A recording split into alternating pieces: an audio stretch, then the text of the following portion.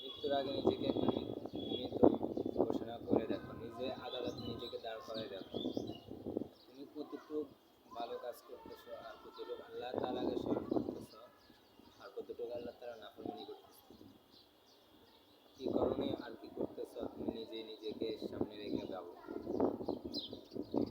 ওমাল হায়াত দুনিয়া ইল্লা মাতাউল গুরুর, এই ধোঁকার দুনিয়াতে কত কিছু না করলাম কিন্তু আল্লাহকে চিনলাম না, যাকে চেনা দরকার তাকে চিনলাম না, আর যেগুলো চেনা দরকার ছিল না সেগুলোকে চিনলাম। ইন্টারনেট জগতে যা করণীয় দরকার তা করলাম না, আর যা করণীয় দরকার না তাই করলাম। কোন কাজটা আমাদের শিক্ষণীয়, কোন কাজটা আমার আখেরাতের জন্য, কোন জিনিসটা আমার উপকার আসবে পরকালে, ওই জিনিসগুলো আমরা ভাবি না একবার। আমরা জীবনটা লাশ হয়ে ঘুরতেছি, আমাদের চতুর্পাশে মানুষ কি করতেছে ওগুলো খেয়াল করে না, আর নিজেরা কি করতেছে ওগুলো খেয়াল করে না।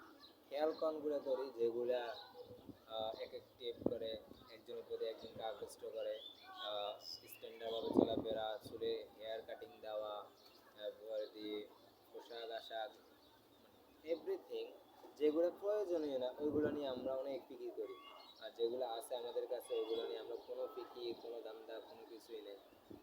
কী হবে আমাদের পরকালে ইহকালে? এই দুনিয়া তো ধোঁকা, এই দুনিয়ার সমতুল, এই দুনিয়াকে আল্লাহ তাআলা মশা ডানার সমতুল্য বলছে। এই দুনিয়া একদিন ধ্বংস হয়ে যাবে। আখেরাত যে যা ওটা হচ্ছে চিরস্থায়ী, ওটার কোনো শেষ নেই, ওটার কোনো শেষ নেই। ওটা যেটার শেষ নাই ওটাকে আমরা ভুলে গেছি, আর যেটা শেষ